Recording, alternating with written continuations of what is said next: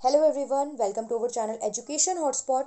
तो हम लोग क्लास 12th की सोशियोलॉजी को सीबीएसई के पर्सपेक्टिव से अभी फ़िलहाल ख़त्म कर चुके हैं। यस, अभी दो तीन चैप्टर हैं जो पेंडिंग है। लाइक आपका सोसाइटी वाली बुक का market as a social institution chapter जो है वो अभी पेंडिंग है। और अभी आपके इस बुक के सिक्स और सेवन, सिक्स मैंने स्टार्ट किया था, एक ही लेक्चर लिया था, तो मैं उसको रिपीट ही कराऊंगी एक बार दोबारा से। तो सिक्स और सेवन चैप्टर यानी मास मीडिया वाला चैप्टर भी अभी हमारा पेंडिंग है। ये चैप्टर भी अभी हम लोग करेंगे। बाकी जितने भी बच्चे हैं डिफरेंट डिफरेंट बोर्ड्स के, उनके ये चैप्टर आने हैं, तो ये चैप्टर भी मैं कवर अप आपको कराऊंगी। ठीक है। इसके अलावा अगर आपको किसी भी टॉपिक, जो भी आपने पढ़ा है, जो भी समझी हुई चीज़ें, कोई भी डाउट आ रहा है, तो आप कमेंट बॉक्स में पूछ सकते हैं। इंस्टाग्राम, टेलीग्राम चैनल में आप लोगों को मैंने बता दिया है, प्लस फेसबुक पेज आप लोग और मेल आईडी भी मैं आप लोगों को मेंशन कर चुकी हूँ। आप लोग टेलीग्राम चैनल भी जल्द से जल्द ज्वाइन कर लीजिए, बिकॉज मैं ये सारी चीज़ें, ये सब जो लिंक है, ये सब आपके साथ, ये पीडीएफ वगैरह सब टेलीग्राम चैनल पे शेयर कर दिया करूँगी आफ्टर द क्लास। ठीक है। तो अब सोशियोलॉजी की रिवीजन करनी है, फटाफट से रिवीजन में देर नहीं करेंगे। काफ़ी कुछ पढ़ चुके हैं, रिवीजन इज़ इम्पॉर्टेंट। तो हम लोग क्या कर रहे हैं, हम लोग आज से सैम्पल पेपर जो है वो स्टार्ट कर रहे हैं। मैं जितना पॉसिबल होगा, देखो ऐसा नहीं है कि सीबीएसई से बिल्कुल ही वेरी कर रहा होगा पैटर्न, टॉपिक्स काफ़ी चीज़ें सेम होंगी, तो आप लोग ये चीज़ें देख के चल सकते हो। प्लस आप लोग, मैंने मेल आईडी दी है, ठीक है, आप लोग मुझे अपना क्या कर सकते हो, जो भी सैम्पल पेपर, कोई स्कूल में एग्जाम हुआ हो, प्री बोर्ड हुआ हो, कोई मॉक हुआ हो, आप मेरे साथ शेयर कर सकते हो। मैं उसको भी यहाँ पे कोशिश करूँगी कि मैं डिस्कस करूँ। ठीक है। सो नाउ हम कर रहे हैं सीबीएसई सोशियोलॉजी के क्वेश्चन पेपर 2018 का। ओके। 2018 के पेपर की अगर मैं बात करूँ तो यहाँ पे क्या है, फर्स्ट क्वेश्चन आपको पता होगा, स्टार्टिंग के जो क्वेश्चन होते हैं वो 2 मार्कर होते हैं। तो यहाँ पे ये जितने भी क्वेश्चन, 4-5 क्वेश्चन करेंगे एक एक पार्ट में डिस्कस, धीरे धीरे करके, एक साथ पूरा पेपर नहीं डिस्कस कर रहे हैं, रिवीजन धीरे धीरे कुछ शॉर्ट वीडियोस में करेंगे, सो दैट आपको भी भारी ना पड़े देखना, फटाफट से छोटी सी वीडियो देख के जल्दी से सारे क्वेश्चन रिवाइज हो जाएं। ठीक है। What is mean by the age structure of the population? The question here is, age structure का मतलब क्या होता है? देखो, एज स्ट्रक्चर मतलब क्या होता है, एज ग्रुपिंग।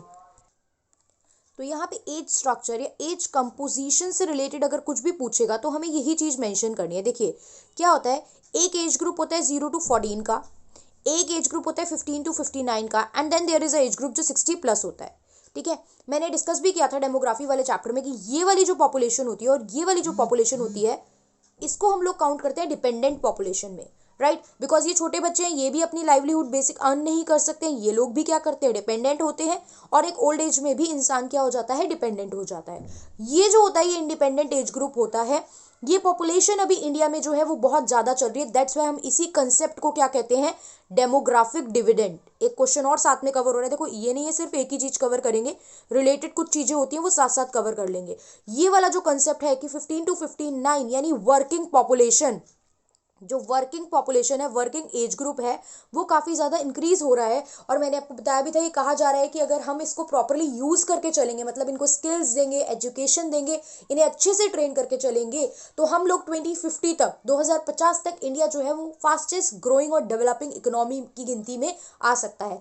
हाँ, कब, अगर हम इस एज ग्रुप को अच्छे से स्किल्स देंगे, ना कि कभी ब्लू वेल में, कभी पबजी में, कभी इधर कभी उधर फालतू चीज़ों में ये पॉपुलेशन इंगेज हो जाए। ठीक है। तो ये चीज़ है। तो what is mean by the age structure, अब मैं पूरा पूरा यहाँ पे मीनिंग नहीं लिख रही हूँ, मैंने सीधा लिख दिया। आप क्या लिखोगे, age structure of the population refers to the proportion of person in different age group.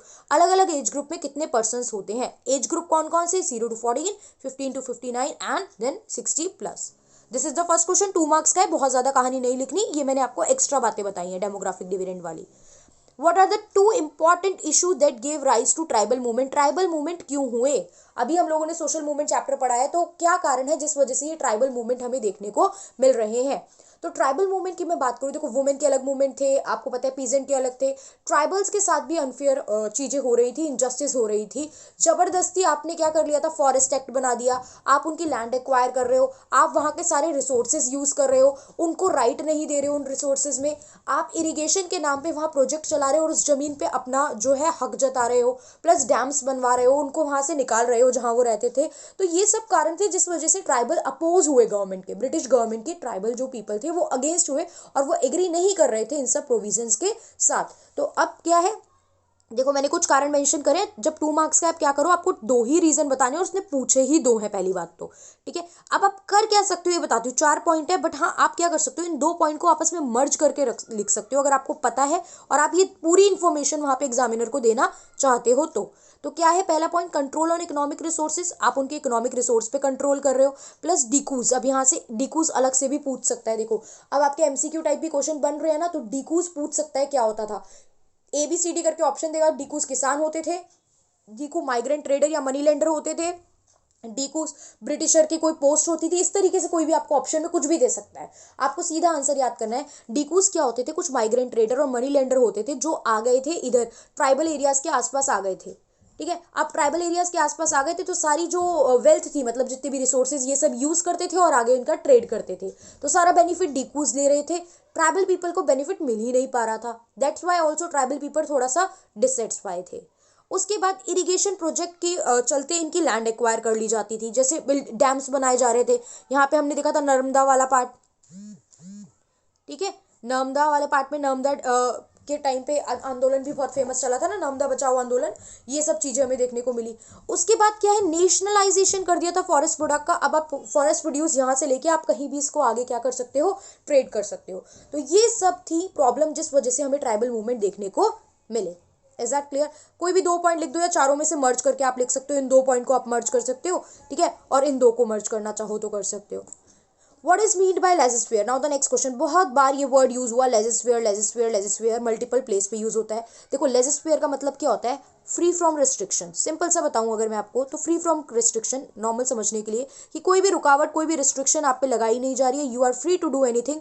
किसी भी टाइम घर से निकलो, घर से कोई नहीं पूछेगा कहाँ जा रहे हो, कितने बजे तक आओगे, ठीक है, कोई नहीं पूछेगा किससे मिलने जा रहे हो, तो कोई रिस्ट्रिक्शन ही नहीं है, लेजिस्फेयर आराम से सब चल रहा है स्मूथली, कोई प्रॉब्लम नहीं है। तो लेजिस्फेयर एक फ्रेंच का फ्रेज है, ठीक है, जिसका मतलब क्या होता है, लीव अलोन और लेट इट बी, कि ठीक है होने दो चीजें, ठीक है, लीव अलोन मतलब ज्यादा इंटरफेयर नहीं करना है हमें चीजों में। तो फ्री मार्केट, अब ये जो कंसेप्ट है ना, देखो यहाँ पे हम लेजिस्फेयर में एक पर्सन का नाम भी यूज कर सकते हैं, एडम स्मिथ। एडम स्मिथ क्या थे आपको पता होगा, एडम स्मिथ कैपिटलिज्म को फेवर करते थे।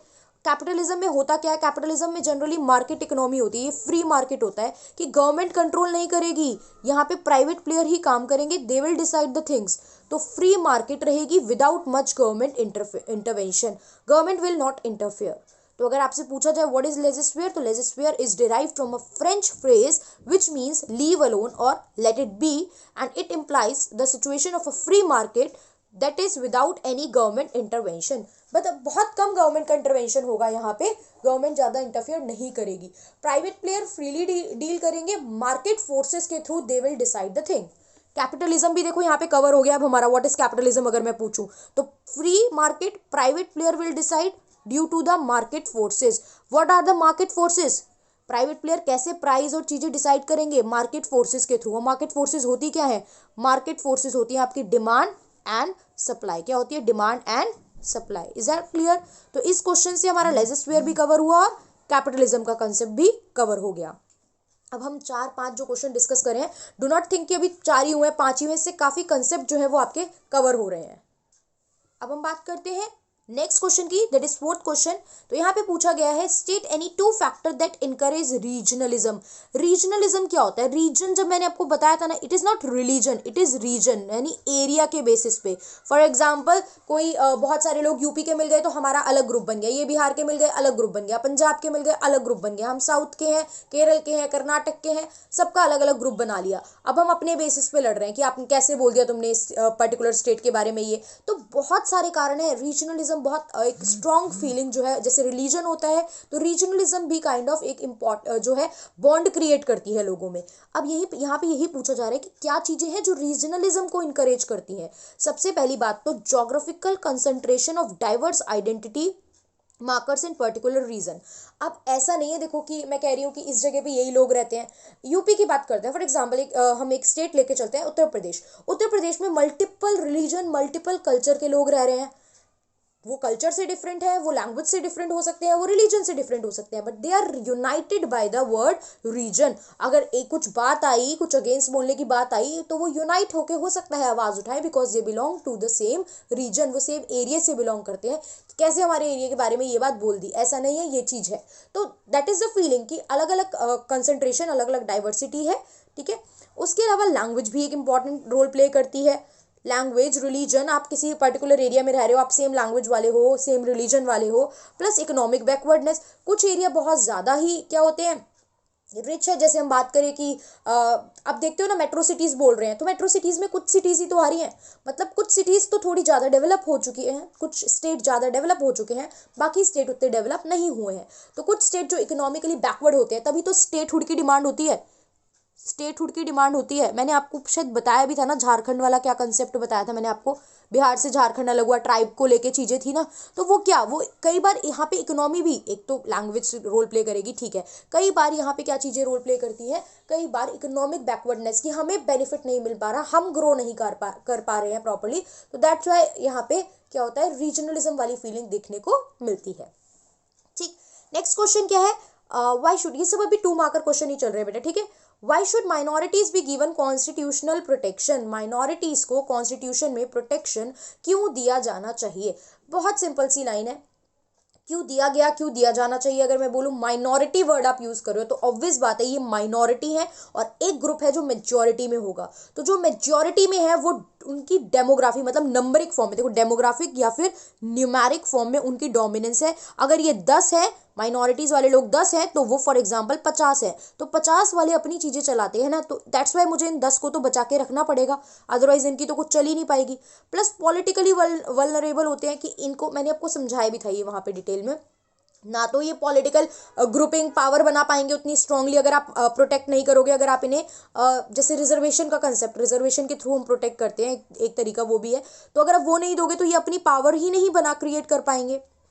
प्लस फिर क्या होगा, क्या मेजॉरिटी अपनी स्टेट मशीनरी, मतलब जो अपनी पावर है, पॉलिटिकल पावर है, उसको यूज करेगी, और इनके रिलीजन और इनके कल्चर जो भी इंस्टीट्यूशन है उनको वो सप्रेस करने की, दबाने की कोशिश करेगी, वो उतना ग्रो नहीं कर पाएंगे, वो उतना इंक्रीज नहीं कर पाएंगे। तो दैट इज वाई ये सब रीजन है जिस वजह से क्या होता है, हमें माइनॉरिटीज को प्रोटेक्शन देनी है। प्लस इसके अलावा डिस्क्रिमिनेशन ना हो और इक्वालिटी बनी रहे, इस कारण से भी मुझे माइनॉरिटी को प्रोटेक्शन देके चलने की ज़रूरत है।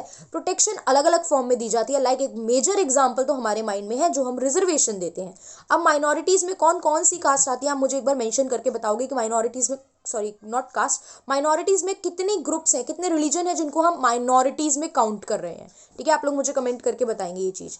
उसके बाद हम लोग बात करते हैं, देखो ये तो क्वेश्चन हो गया कि क्यों देनी चाहिए, वाई, बट इन केस कभी क्वेश्चन आ जाता है हाउ, हाउ इनको प्रोटेक्शन दी कैसे जा रही है। तो देखो बेसिक चीज बता दी आपने, उसके बाद आप बताओगे कि कुछ कॉन्स्टिट्यूशनल प्रोविजंस के थ्रू, ये एक और क्वेश्चन एडिशनल क्वेश्चन टाइप है ना जो कवर कर रहे हैं हम लोग, कहीं पेपर में नहीं है बट रिलेटेड है इसलिए मैं कवर कर रही हूँ।